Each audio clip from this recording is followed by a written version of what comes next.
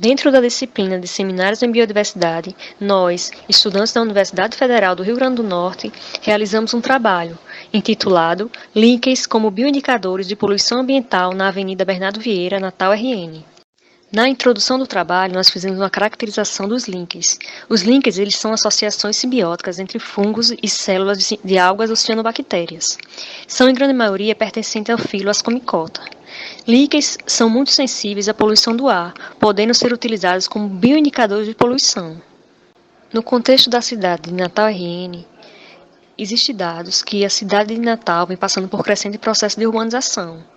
E a principal fonte de emissão de poluentes no ar se deve ao fluxo de veículos que circulam na cidade. O trabalho teve como objetivo geral analisar a prevalência ou ausência de links nas áreas de maior fluxo de veículos e nas áreas de menor fluxo compreendidas na extensão da Avenida Bernardo Vieira, no município de Natal RN. O objetivo específico do trabalho foi analisar a cobertura dos links nas áreas de interesse a partir de análise multivariada. Sendo a hipótese do trabalho que existe diferença significativa na cobertura de links indicados pela metodologia adaptada de Topmai quando se compara áreas de maior fluxo de veículos com áreas de menor fluxo. O trabalho tem como justificativa que os dados de cobertura de líquens apresentam uso potencial de metodologia simples de triagem para a detecção de grau de poluição atmosférica no ar da cidade. Também ressaltar a importância ecológica e social de líquens como indicadores de níveis de poluição. A metodologia do trabalho teve como base a metodologia de Tropmai, de 1988. Tropmai estabelecia um tapume para a coleta da cobertura de líquens nas árvores. Nós adaptamos a proposta e criamos uma rede quadriculada para medir a cobertura de líquens nas árvores a partir do preenchimento dos quadrados.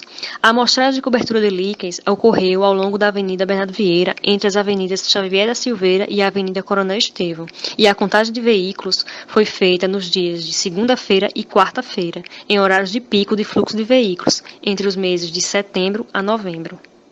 Ainda na metodologia, a coleta de dados foi feita em duas espécies de árvores, dado que eram as árvores representativas das áreas, a partir de um critério de inclusão das árvores quanto à circunferência e altura do fuste.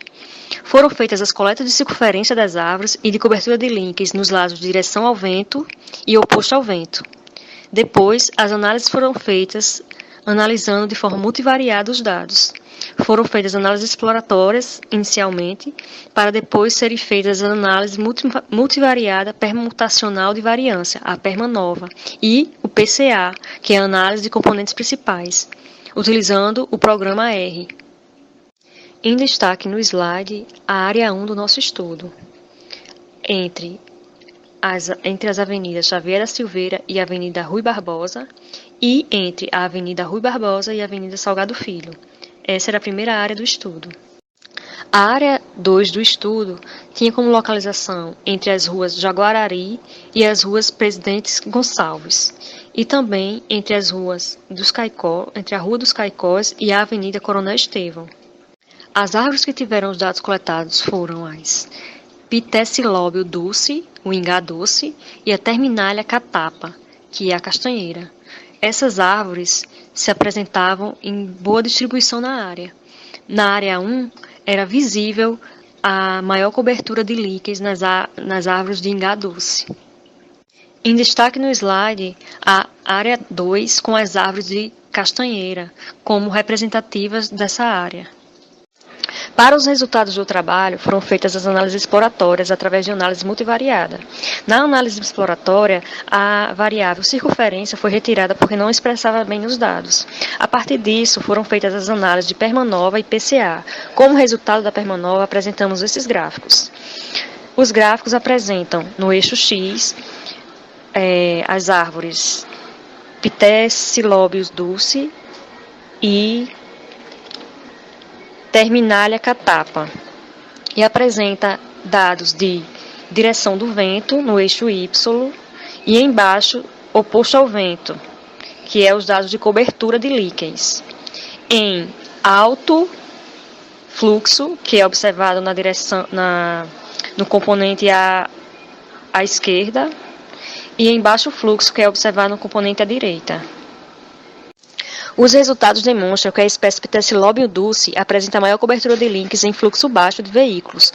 Como resultado, é possível destacar as respostas entre as espécies Pterosilóbio dulce e Terminalia catapa, que demonstram a diferença apresentada entre as espécies quanto à cobertura de links, tendo os dados significância marginal de P menor que 0,1. Os dados sugerem que a poluição gerada pelo fluxo reduz a cobertura de líquens e que a cobertura de líquens é mais correlacionada com as espécies de árvores que o líquen se encontra. A cobertura de líquens em direção do vento e oposto ao vento em Pterosilóbio dulce foi satisfatória em relação ao movimento baixo, o que corrobora, de certa forma, a hipótese do trabalho. Na análise de PCA, é possível analisar as interações entre as variáveis. A componente horizontal é a que explica melhor o gráfico, pois ela apresenta 79,6%, em comparação à dimensão vertical, que é 20,4%. Então, analisando horizontalmente, o componente de Pterosilóbio dulce de baixo fluxo apresenta maior relação com direção do vento e oposto ao vento, é o que pode ser analisado no gráfico. Na discussão do trabalho, reforçamos que os resultados sugerem uma preferência dos links presentes nessas áreas de análise pelo padrão de textura da casca presente na espécie Pterosilóbio dulce e que outros fatores, como a topografia das áreas, podem influenciar de maneira significativa na cobertura de espécies de links nas áreas estudadas. Isso porque a topografia influencia na quantidade de vento que estaria atingindo as árvores dessas regiões. Resultados obtidos por Martins et al. Indicam que Carponella texana apresenta bom desenvolvimento em níveis maiores de poluentes, sendo característico para essa espécie o bom desenvolvimento em ambientes com essas condições, sendo essa espécie tolerante a essa perturbação ambiental. Trabalhos de Almeida e colaboradores de 2012 se assemelham a este pela utilização de links com o uso da metodologia de Top-MAI. Links indicaram classes de maior poluição ambiental decorrente de fluxo veicular. Resultados esses que reforçam a utilização de links como bioindicadores de poluição ambiental da mesma forma que os resultados destacados neste trabalho. Nosso trabalho foi feito utilizando pesquisa bibliográfica, e dentre as referências consultadas, destacamos essas referências do slide. Top-MAI, de 1967, com estudo biogeográfico de links como vegetais e indicadores de poluição aérea da cidade de Campinas, e a referência de Top-MAI, de 1988, que é a metodologia simples para pesquisa. E aí destacamos também a referência de Almeida e colaboradores e Martins e colaboradores, que são referências que utilizamos na discussão do trabalho. Gostaria de ressaltar a importância de serem feitos mais estudos relativos a links na cidade de Natal RN, dado que os links são importantes bioindicadores e a cidade vem aumentando o fluxo veicular. Ao fim, agradecemos a atenção da visualização do trabalho.